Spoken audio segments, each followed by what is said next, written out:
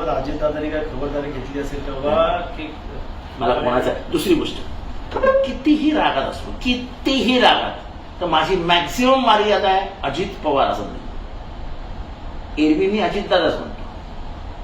मी आजपर्यंत माझ्या आयुष्यात अजित हा शब्द कधीही तोंडातनं काढलेला नाही. मी पाहिजे त्यावरती हात ठेवून शकतो की अजित हा शब्द माझ्या तोंडातून निघूच शकत नाही. मी साहेबांच्या पक्षातला कार्यकर्ता आहे, मी साहेबांचा कार्यकर्ता. लोकांशी